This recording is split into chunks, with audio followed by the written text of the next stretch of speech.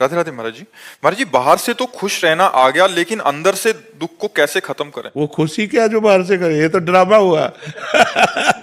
ये नहीं, ये तो ड्रामा हुआ ना। बाहर से हम खुश का नाटक करें, अंदर से जल रहे।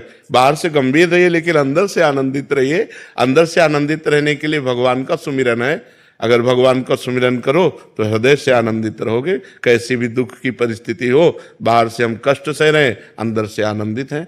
जो आनंद सिंधु सुख राशि, सीकर तय त्रैलोक सुपासी, सु सुखधाम राम असनामा, अखिल लोकदायक विश्रामा।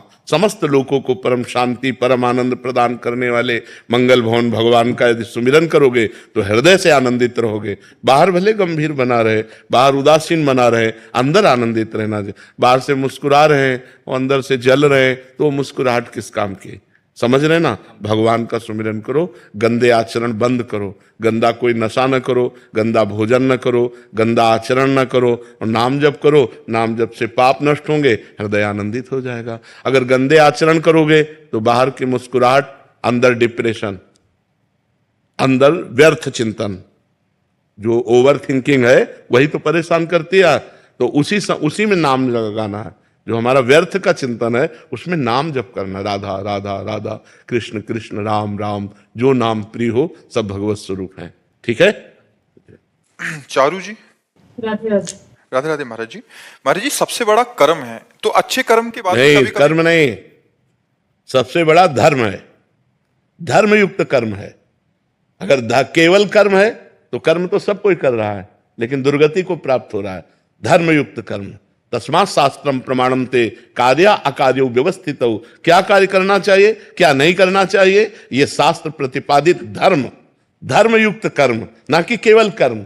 धर्मयुक्त कर्म ही सबसे बड़ा है। अगर धर्मयुक्त कर्म नहीं है तो वो कर्म किसी काम का नहीं, वो दुर्गति कराने वाला बनेगा। जो धर्म से अलग कर्म है, किसका प्रश्न है?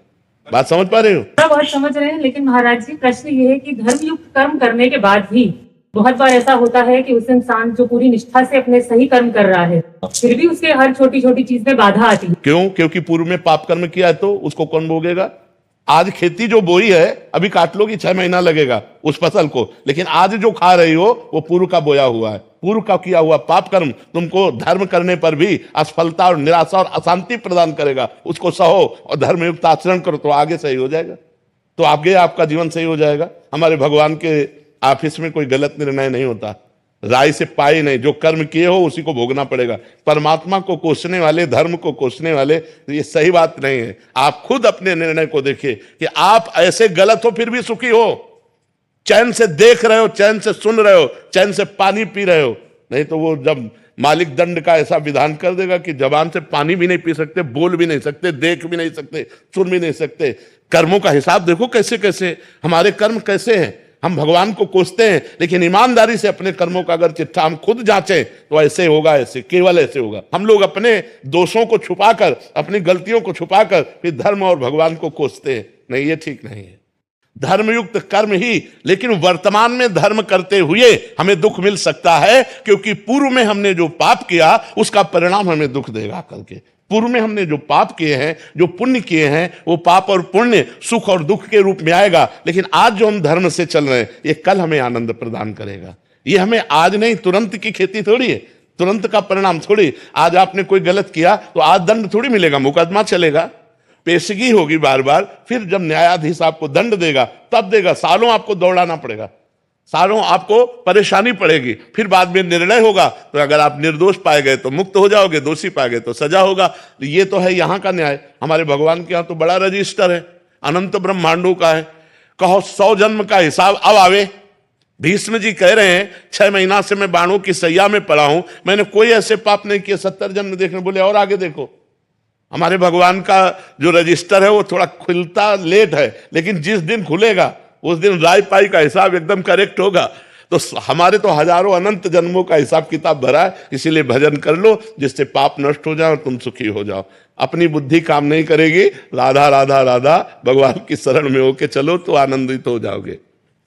हरिवंश शरण जी। राधे राधे महाराज। राधे राधे महाराज जी। महाराज जी, नाम जप से श्री जी जल्दी प्राप्त होंगी या शास्त्र के ज्ञान से जल्दी प्राप्त? नाम जप से। जितना नाम जप होगा, शास्त्र के ज्ञान का मतलब है रास्ता, और नाम का मतलब है रास्ता तय करना। शास्त्र ज्ञान का मतलब है ये रास्ता यहां जाता है, ये रास्ता यहां जाता है, ये रास्ता यहां जाता है। और नाम जप का मतलब रास्ता तय करना। एक एक कदम हम भगवान के नजदीक पहुंच रहे हैं, एक एक नाम जप कर रहे हैं, मतलब हम भगवान के नजदीक पहुंच रहे हैं। समझ पाए? सृष्टि भाटिया जी। राधे राधे। राधे राधे महाराज जी। स्वामी जी, मैं किसी को अपनी फीलिंग बता देती हूँ तो लोग उसका फायदा उठाते हैं, लेकिन क्यों बताओ? रहीमन मन की मन व्यथा रखिए मन में गोए, सुनी छिलई हैं लोग सब बांट न ले है कोई। रहीमदास जी कहते हैं अपनी मन की व्यथा को गुप्त रखो, किसी से बताओ मत। यदि बताओगे तो लोग उसका दुरुपयोग कर सकते हैं, हंसी कर सकते हैं, उपहास कर सकते हैं, कोई बांट तो लेगा नहीं। इसलिए एक जगह है जहां बता सकते हो, वो भगवान है।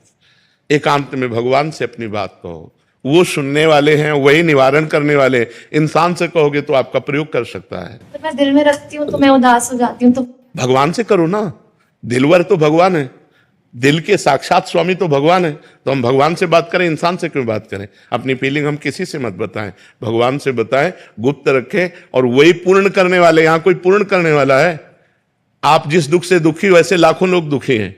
अगर दुखी से दुखी बात करो तो क्या लाभ मिलेगा? उनसे बात करो जो सुख सिंधु है, वो तुम्हारे दुख को मिटा सकते हैं। एकांत में होकर भगवान से प्रार्थना करो, नाथ मेरे अंदर ये परेशानी है, प्रभु आप इसे दूर कर दो, तो वो संयोग बैठाल देंगे और वो परेशानी दूर कर सकते हैं। दूसरा कोई नहीं दूर कर सकता। और हम आपसे कहते हैं कि अगर भगवान का भजन करो तो भगवान से कहने की भी जरूरत नहीं।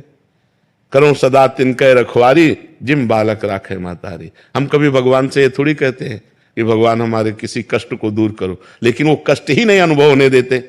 वो इतना प्यार, इतना दुलार करते हैं कि वो कष्ट का एक कोने में पड़ा रहता है और हृदय आनंदित रहता है, मेरे प्रभु, मेरी प्रियाजू, मेरे लालजू। तो जब प्यार करोगे भगवान से तो अपने आप आपको की फीलिंग वो समझेंगे।